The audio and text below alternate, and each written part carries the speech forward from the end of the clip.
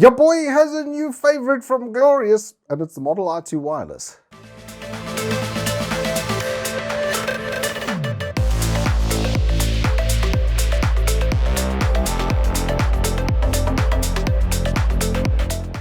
Good afternoon, welcome to Turbo Tortoise Tech. If you're new here, I'm Reese of the 4-piece variety Walkie Triple XL. And if you are an older person here, you will know full well that I have a problem with gaming mice.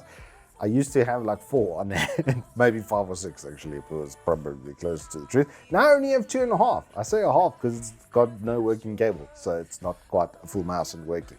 But this is not half a mouse. This is a whole very, very good mouse at 75 grams with implied multi-platform usage, multi-gameplay usage, and yeah, it's literally become my new favorite because of the ergonomic shape. If you're into extreme ergo, then this is genuinely one of the best that I've used in recent memory. And then these extra buttons, having 4 thumb buttons, is really not going amiss in today's space of gaming.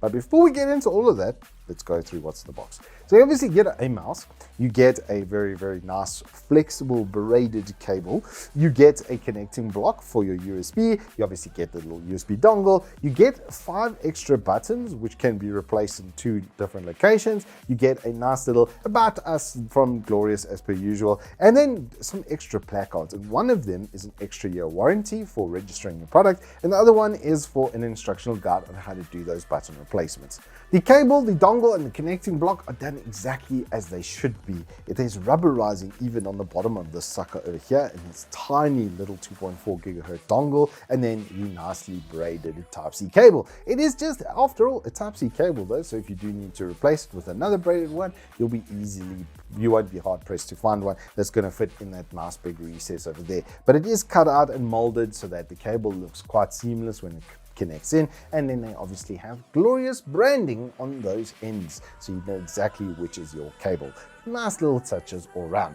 But the nicest touch, I would say, on this mouse particularly physically, are these thumb buttons on the side profile. So you've got the 4 buttons on the side like that, but like I say, 2 of them are replaceable. The very front one over here, like the sniper button as it were, and then the very far furthest back one. And they've got different like scales and stuff to them. You can have them just completely flat, you can have them more pronounced at the front or more pronounced at the back.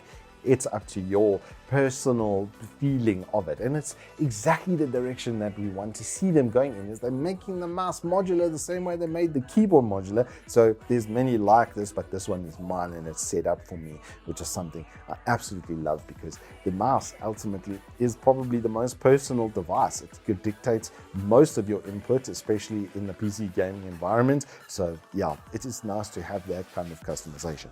The mouse itself and the shape of it is a masterclass. The inside left over here, especially where your thumb sits, feels incredible. If you like Ergo products as much as I do, being an old MX518 boy, this is right up your alley, and it's quite a lot bigger and longer than the other mouse. So it fits absolutely perfect, even in my 20 centimeter hand. From the top of my middle finger to the base of my palm is 20 centimeters. So I've got quite a big hand, and often it doesn't fit very comfortably on mouse, but it's absolutely perfect on this, and only a little bit of the outside of my hand actually makes contact with the surface. From the front, you're going to be able to see that extreme ergo profile it's got with that slant that it's got over to the side like that. There are little bits cupping as well on the buttons. And with this kind of design, if we look at it from the top, you'll see the 2 DPI buttons in the middle over there, and then obviously the scroll, which has its own click. But the clicks themselves, you can claw right back up on it as well. So you're not going to be limited by it having a unibody design. Instead, they've individually assigned those buttons and individually cut them out, so that you can claw all the way on back up on the mouse like that, which is absolutely perfect. But for a palm user like me, where I'm very comfortable just sitting like that, it feels absolutely incredible. 75 grams of weight, can you believe it? Looking around the bottom, you're going to see very good coverage from PTFE feet over there, a DPI indicator, and then the power switch on the other side. Nothing around the center hole for feet, but I didn't feel it dragging or catching on the mouse pad at all, so that's just fine then, isn't it? The overall build and the plastics employed and stuff are absolutely fantastic.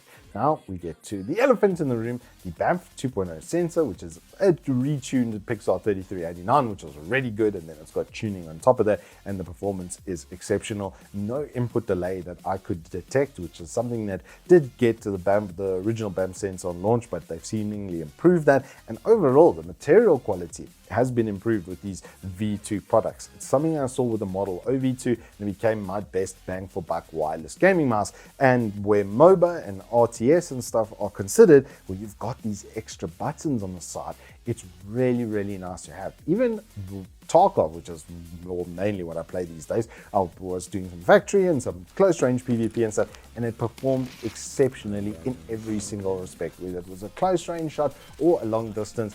I had such a good time on this. But the RGB LED does chow the battery just a touch. If you're going to have it even on a 60% rate, you're going to look at like 12 to 14 hours. But if you turn it off, you're going to look at like 45 to 50 hours worth of constant usage. The battery just trickles without the LED on for the sensor, even in the wireless mode at 1000 Hertz polling rate, which is what I did all of my testing on because it's a gaming mouse primarily. Then you're going to get some really good battery life by just turning off the RGB. So if you don't mind the look, the RGB LED does look very nice on the product, but if you turn it off, you're going to get significantly longer battery life, and that might only apply to people that are heavy daily users like myself, where I sit and use the mouse for everything, for editing and doing all of the other bits and pieces that I do over a day. I sit at my PC and use it at least 8 to 10 hours of the 24. So in that case, RGB is going to be off for me because I don't really want to plug it in all the time. And when I did have to charge it, I will say it was quite impressive how fast the lower end of the cells charged. To go from flat to like 50% was only about 45 minutes, and then it does slow down. So if you're going to use it without the RGB and you need a quick charge, you'll only be on charge for, I would say, 20, maybe 30 minutes, and you could use it for the rest of the day and then leave it on charge overnight. We know with lithium as well, they don't really like going below 20%, so it is easier to manage when that is the case, but yeah, you will get significantly better, like 5 times basically the normal battery life by turning off those RGBs.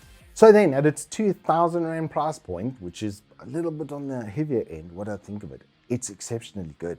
75 grams with this much feature set was something that I can actually somewhat customize, that's got as good of a battery life as it does without the RGB. That's very competitive versus like things like the Razer Death Adder V3 or the ever-present G Pro X Superlight.